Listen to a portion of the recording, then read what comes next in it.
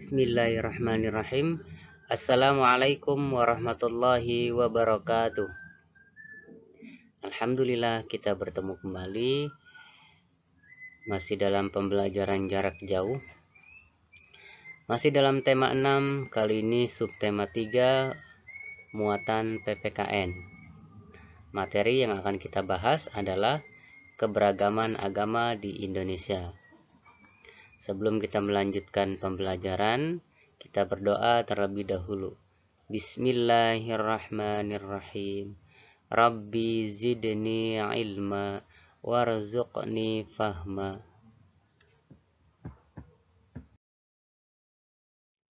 Adapun tujuan pembelajaran kali ini adalah siswa dapat mengidentifikasi atau mengelompokkan keragaman keagamaan yang terdapat di sekitarnya.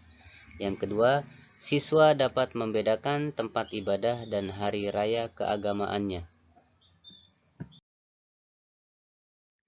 Nah, berikut ini adalah 6 agama yang diakui di Indonesia.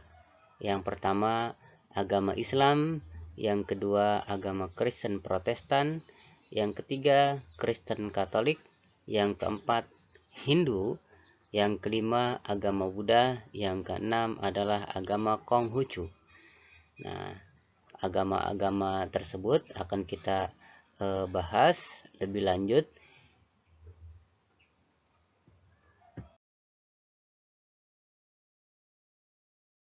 Nah, kita akan bahas tempat ibadah beserta hari keagamaannya.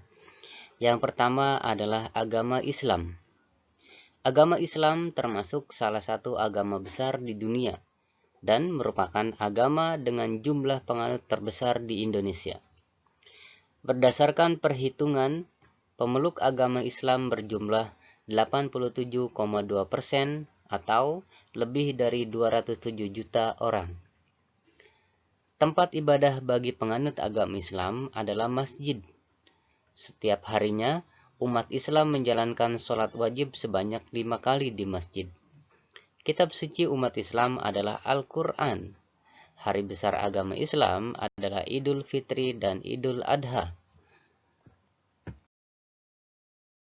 Yang kedua adalah agama Kristen Protestan. Agama Kristen juga merupakan agama yang besar dan memiliki jumlah pemeluk terbesar kedua di Indonesia. Pada tanggal 31 Oktober 1517, 504 tahun yang silam, ada seorang biarawan tak dikenal bernama Martin Luther berdiri di depan sebuah gereja di Wittenberg, sebuah kota kecil yang kini masuk ke dalam wilayah Jerman. Di pintu gereja tersebut, dia nekat memaku daftar 95 dalil yang berisi kritik terhadap otoritas gereja Katolik pada waktu itu. Peristiwa itu dicatat dalam sejarah sebagai awal mula gerakan reformasi di daratan Eropa dan di seluruh dunia yang melahirkan Protestantisme. Dari peristiwa inilah awal mula munculnya Kristen Protestan. Adapun tempat ibadah bagi pemeluk agama Kristen Protestan adalah gereja. Kitab suci umat Kristen Protestan adalah Injil. Yang ketiga adalah agama Kristen Katolik. Katolik merupakan salah satu agama di Indonesia yang didenominasi dalam agama Kristen. Agama ini muncul di Indonesia saat bangsa Portugis sampai di Kepulauan Maluku. Tempat ibadah bagi pemeluk agama Kristen Katolik adalah gereja. Adapun kitab suci umat Kristen Katolik adalah Injil. Hari rayanya adalah Natal.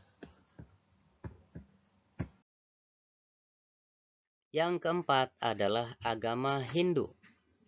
Agama Hindu saat ini memiliki jumlah sekitar 1,7% dengan Pulau Bali sebagai pemeluk penganut agama Hindu terbesar di Indonesia. Agama Hindu selalu melakukan persembahyangan di pura. Penganut agama Hindu memiliki kitab suci bernama Weda. Untuk hari raya umat Hindu adalah Nyepi, Kuningan, dan Galungan.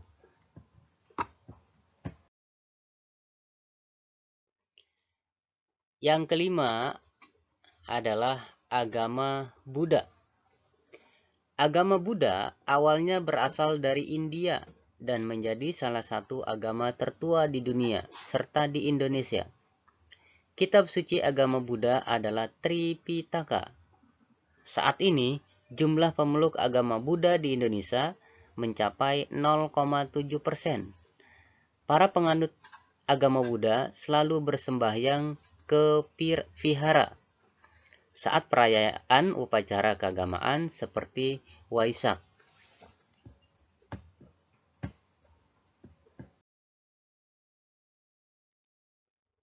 Urutan agama di Indonesia yang terakhir atau yang keenam adalah agama Konghucu.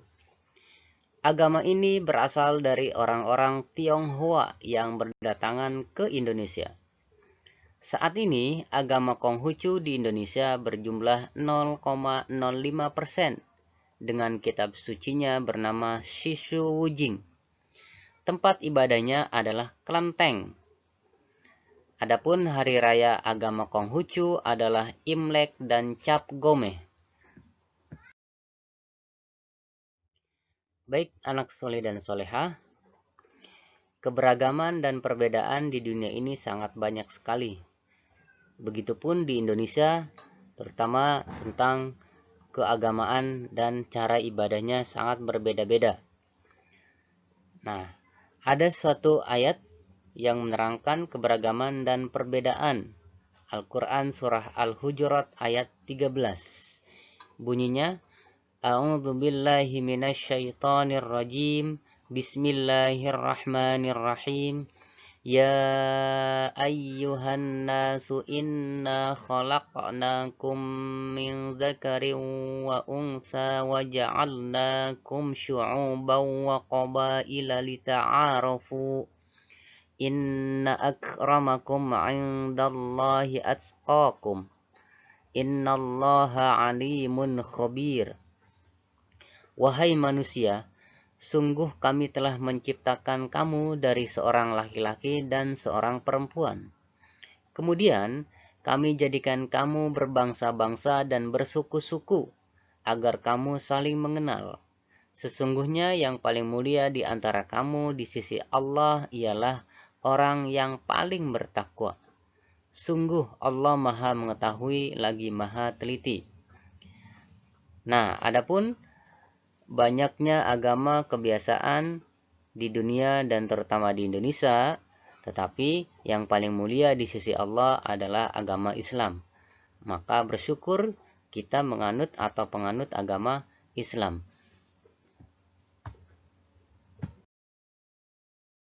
Berikut ini adalah penjelasan halaman 131. Di situ ada gambar A dan gambar B ya. Nah, kalau di situ gambar A semua ya, tetapi di situ adalah gambar A dan gambar B. Nah, di situ gambarnya ada sebuah masjid dan gereja. Di gambar A, nama masjidnya 1000 Tiang. Tahun berdiri pada tahun 1971 dan selesai pada tahun 1980. Tempat ibadahnya adalah umat Islam. Nah, sejarah singkat Masjid 1000 Tiang ini dibangun pada tahun 1971 dan selesai tahun 1980. Dulunya sebelum menjadi Masjid 1000 Tiang, lokasi ini merupakan pusat kerajaan Melayu Jambi yang dipimpin Sultan Toha Syaihuddin. Adapun gambar yang kedua atau gambar yang bagian B, namanya adalah Gereja Santa Maria de Fatima. Tahun berdirinya pada tahun 1954. Tempat ibadah bagi agama Katolik.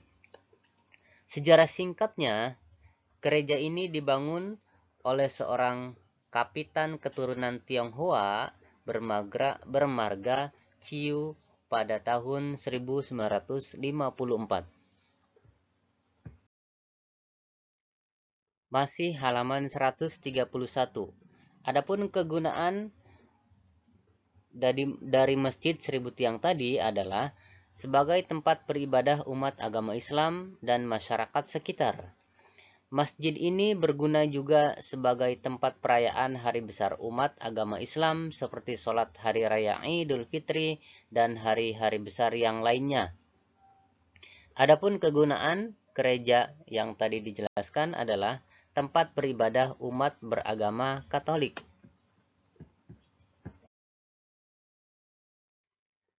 Sekarang halaman 142. Lengkapilah tabel berikut ini dengan menggunakan berbagai sumber informasi.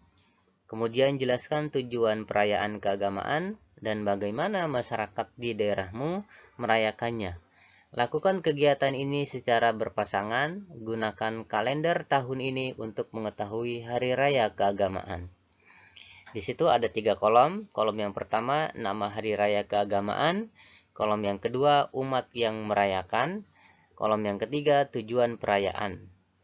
Nah, yang pertama, nama hari raya keagamaannya adalah Hari Raya Idul Fitri.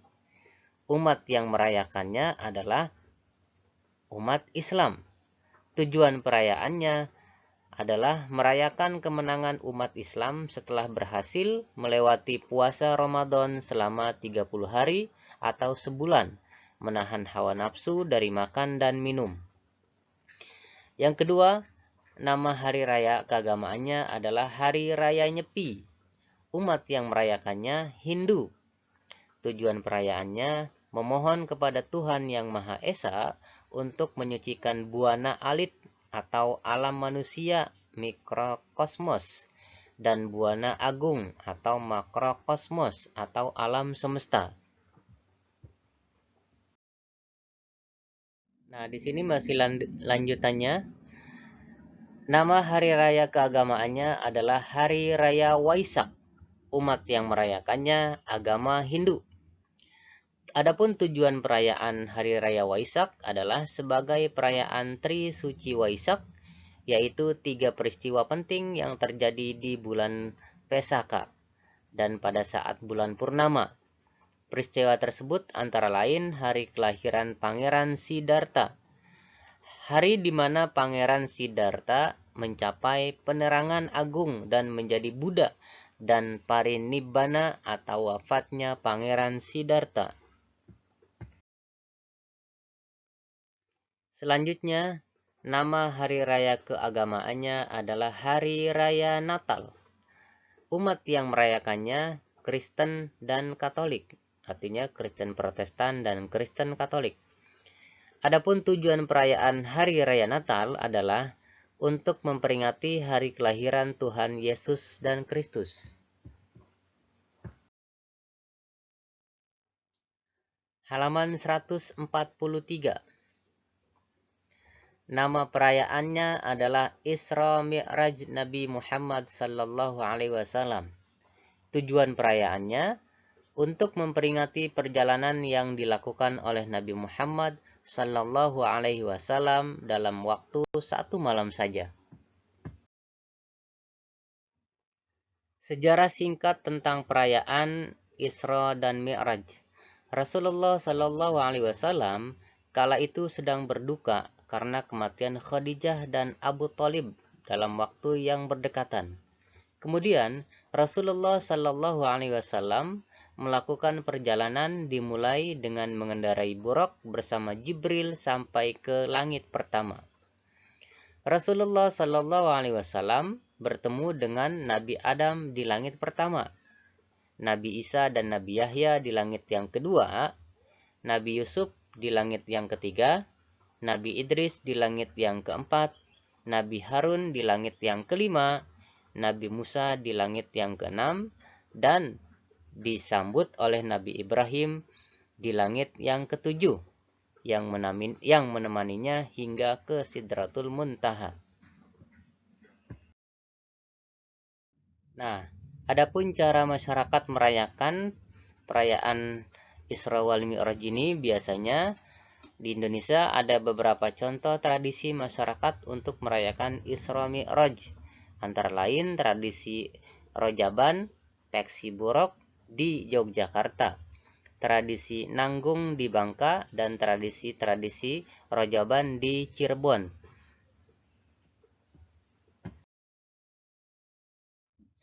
Sekarang halaman 148. Setiap agama memiliki kekhasan dan keunikan pada tempat ibadahnya.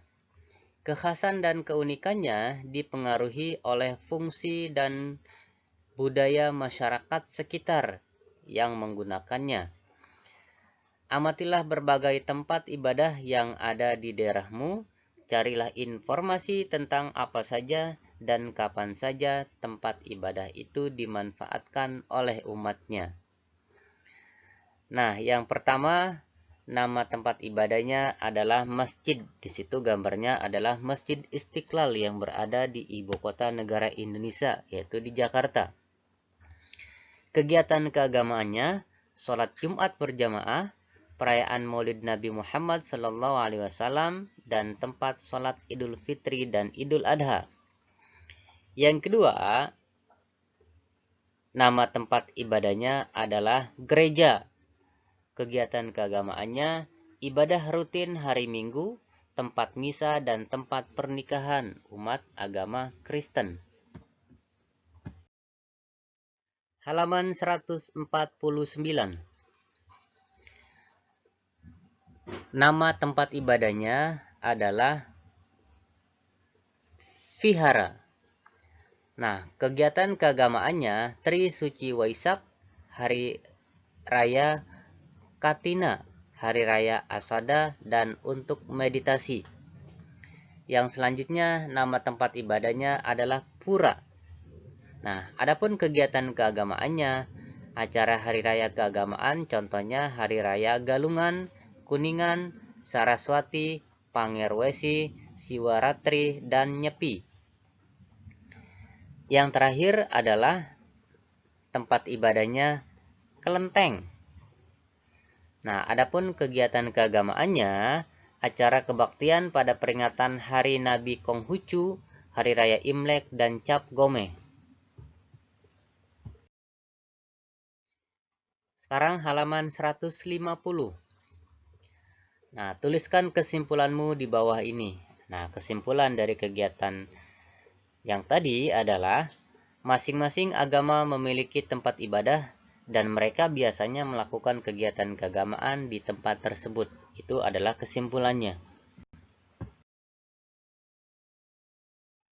Baiklah, anak soleh dan soleha, untuk tugas hari ini adalah mengerjakan pada halaman 131, 132, 142, 143, 148, 149, dan 150. Semuanya sudah dijelaskan dalam video ini.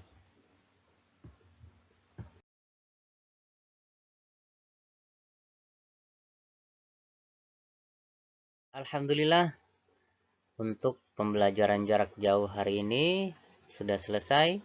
Sekian untuk pembelajaran tema 6 subtema 3 muatan PPKN kali ini. Semoga ilmu yang didapat bermanfaat dan barokah. Ditutup dengan ucapan wassalamualaikum warahmatullahi wabarakatuh.